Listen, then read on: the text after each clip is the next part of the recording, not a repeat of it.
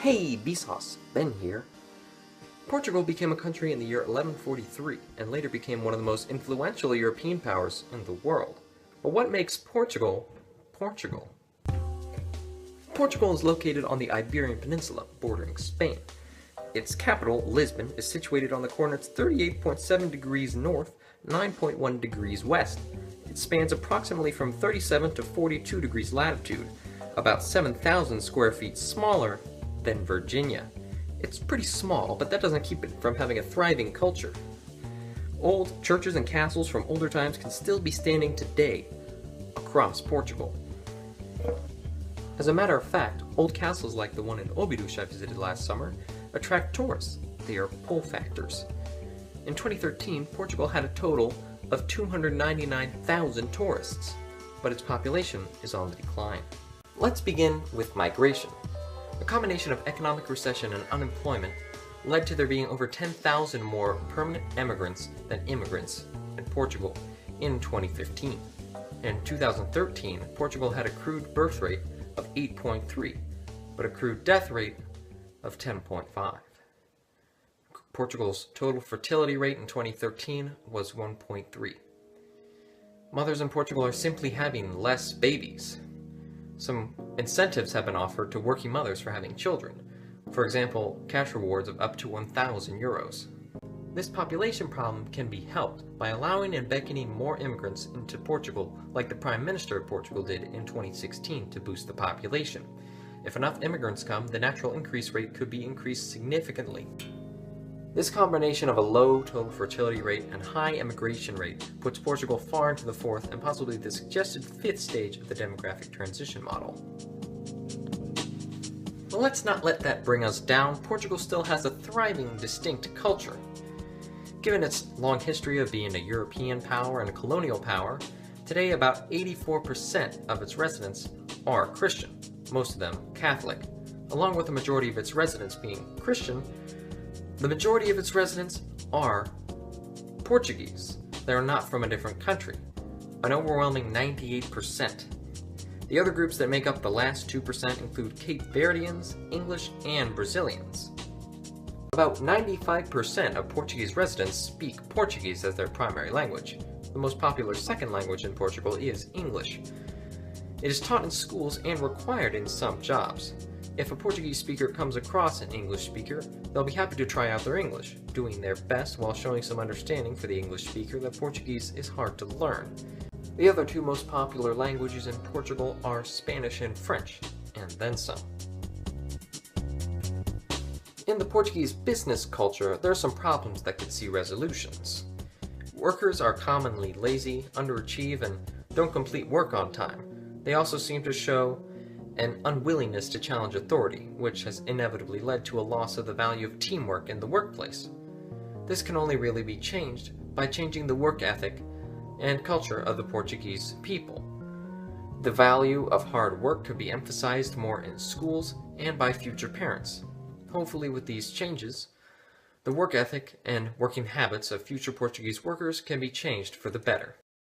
As we discussed, the majority of Portugal's population is of Portuguese nationality and speaks Portuguese. Coupled with Portugal's small, compact borders, these can act as centripetal forces for the people. It's a very closely knit population.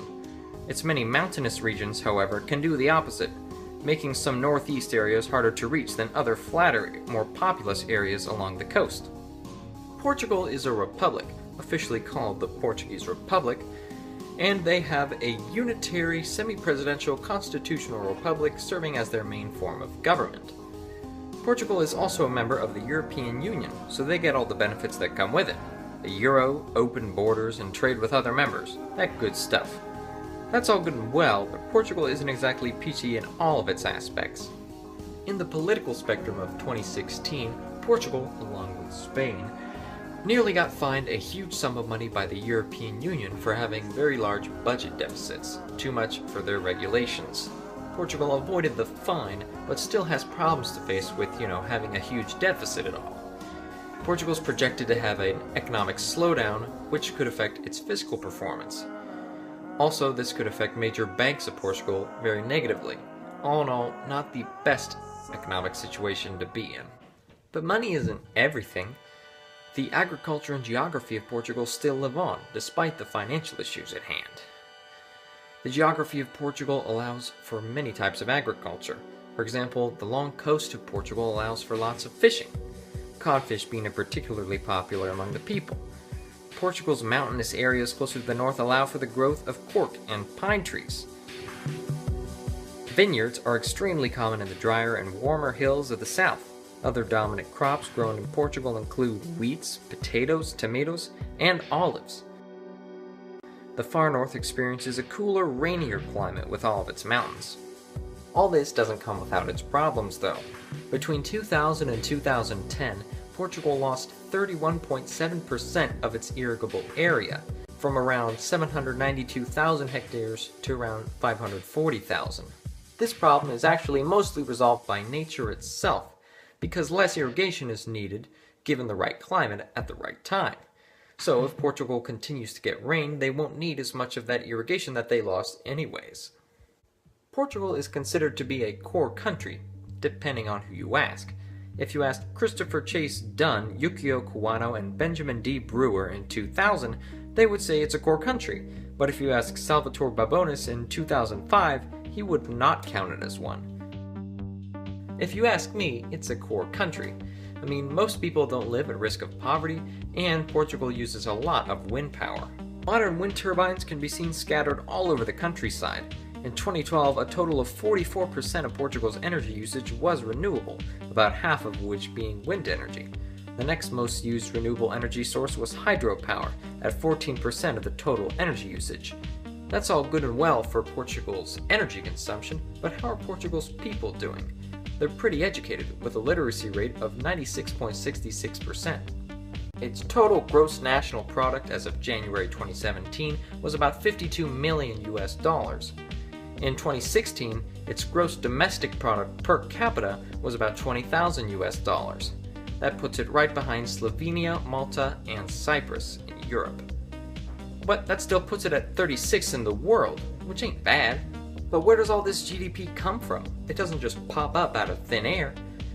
That's right, Portugal has industries which help build it up, the two most popular being manufacturing and water treatment. Water treatment growing fastest out of any industry in Portugal. From February 2017 to March 2017, it had grown by 4.1%, while the rest had grown closer to 1%. Despite its strongest industries, development-wise, Portugal still struggles with unemployment, mostly within its younger population. This could be in part due to the low work ethic of many Portuguese people, as we discussed earlier. Given all these facts, we can probably say that Portugal lies in between Rostow's fourth and fifth stages. It's heavy on manufacturing, but also moving into mass consumption and newer, renewable sources of energy. All this manufacturing and renewable energy is located in Portuguese cities, and they came from somewhere, right? Just like the GDP, it's not like they just popped out of thin air too. As it's widely known, Portugal has an extensive history and role in world history. Its oldest city, Lisbon, was settled in around 800 BC by the Celts, who are indigenous to the Iberian Peninsula. Lisbon is also Portugal's capital, and for good reason. It was purposely placed in the mouth of the longest river in the entire Iberian Peninsula, the Tagus River.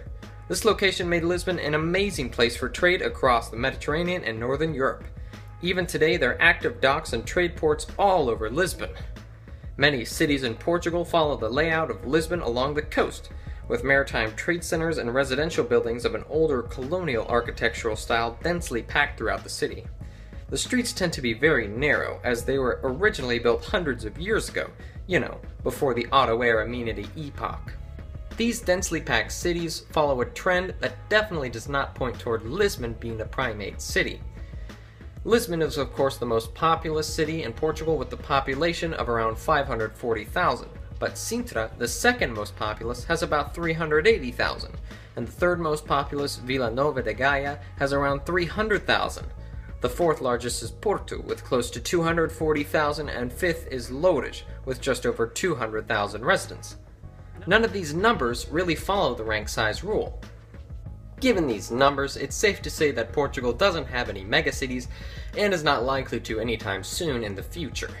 given the definition of a megacity is a city with over 10 million residents, and Portugal's recent natural increase rate of negative 0.22. Actually, while we're on the subject of population, we already know that Portugal's population is declining, but some incentive is being taken to improve upon this through urban planning in Lisbon. Part of the effort is being put into gentrification of vacant buildings and turning of rundown districts into livelier, greener areas. These green areas can be connected to each other if close enough and promote biodiversity and recreational activity. Along with more green space, Portugal is also trying its efforts at reducing the number of vehicles in circulation to improve air pollution. These steps toward greener, cleaner areas in Portuguese cities should not only improve the quality of life in them, but also attract more people to them and their surrounding areas, and naturally encourage them to have more children, increasing the population growth. All in all, Portugal is a diverse country with a rich history of trade and distinct culture. Despite its recent population and monetary struggles, it's moving toward greener sources of energy and better qualities of life for residents. While partially a newer, more developed country, it still remains a relic of the old world and world history, with its old architectural styles and Romance language still the way they were when Portugal was in its golden age. They are a reminder of Portugal's lavish and strong past, and offer hope for what is to come in the future.